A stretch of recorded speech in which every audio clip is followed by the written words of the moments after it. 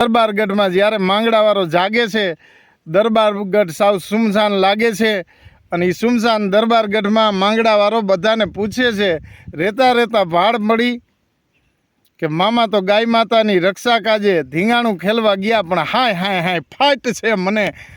મામા ધીંગાણું ખેલતા હોય અને ભર યૌવને હું અહીંયા રાજમહેલમાં હીરામણ કરું. કહેવાય કે મારતે ઘોડે માંગડો નીકળ્યો, પણ જાતા જાતા માંગડાને પાટણની પદ્માવતીને હારે જે પ્રીત બંધાણી હતી, એમ થયું કે હાલ જાતા જાતા એ પદ્માને મળતો જાઉં. એ પદ્માને મળતા પદ્મા રોકે છે, પણ માંગડો રોકાતો નથી. અને બરોબર જ્યાં હિરણ નદીને કાંઠે મોટા વડલાએ ધીંગાણું જામ્યું છે, એ ધીંગાણાને માલિપા જેમ તેતરના ટોળાને માલિપા બાજ પડે, આકાશની માલિપા વીજળી હરાવા દેતી હોય, તેતરના ટોળાની ઉપર બાજ પડે, એમ દુશ્મનોની માથે બાંગડાવાળો ખાઈબકો બાકાજીક બોલવા માંડી. એક પછી એક દુશ્મનોની લોતું ઢાળી નાખી. પણ એ વડલાની હેઠે જ્યાં વડવાઈમાં એમ કહેવાય કે માંગડાની આટાડી પાઘડીનો આટો હલવાણો, એ આટો હકેલતો રહ્યો માંગડાવાળો.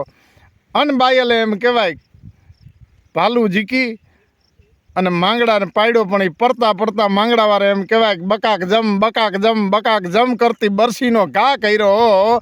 અને એ બરસી બાયલને વેતરી અને નીકળી ગઈ. અને માંગડાવાળાએ કીધું કે જો મામા મારા બાપનો મારતલ પડ્યો, મામા ગા ગોજારો પડ્યો છે, તમે તો મારે પારકી થાપણ.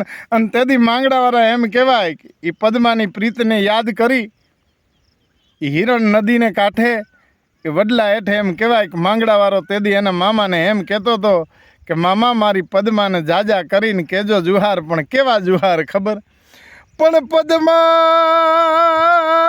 તારો એ પ્રીતમ, અરે રે ઈ તો હિરણની ન હદ માર્યો. પણ યાજ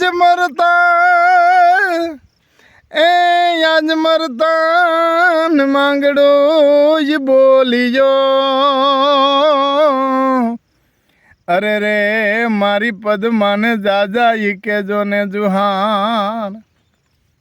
પછી તો એમ કહેવાય એ માંગડાવાળાનો જીવ છૂટી જાય છે. ધીંગાણામાં માંગડાવાળો કામ આવી જાય છે. અને એ મોટા વડલાની હેઠ એ માંગડાવાળાને એમ કહેવાય અગ્નિદાહ આપવામાં આવે છે.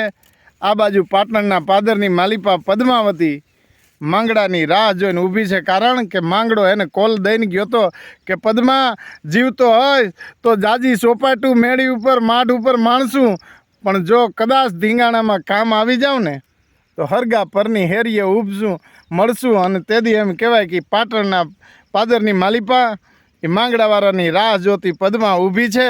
અને આમથી વિલે મોજે ફોજ આવતી જેઠાવાળાની જોઈ અને પદ્માએ ગળગળતી દોટ કાઢ્યો, મામા મારો માંગડો ક્યાં?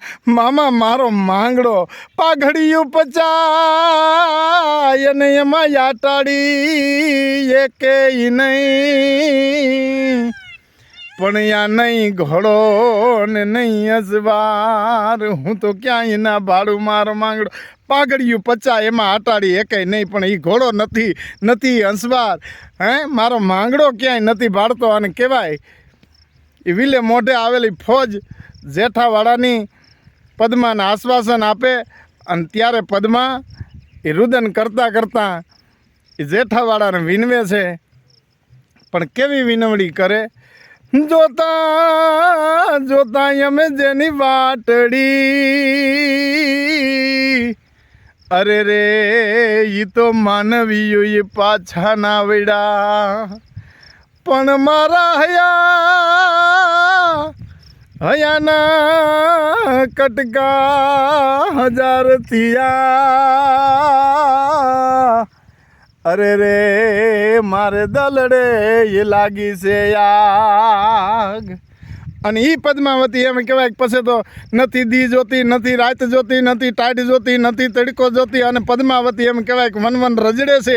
એ પદ્માવતીને વનવન રજડતી ભાડી અને એના સગા સંબંધીઓ એમ કહેવાય કે પદ્માના માવતરને કહે છે કે આપણે વેપારી વાણિયા વરણ આપણી ફજેતી થાય તો કોઈ મૂર્તિઓ ગોતીને એમ કહેવાય કે પદ્માને પરણાવી દો. પદ્મા એની માતાને ના પાડે, પણ પરિવારનું કોઈ સાંભળ્યું નહીં.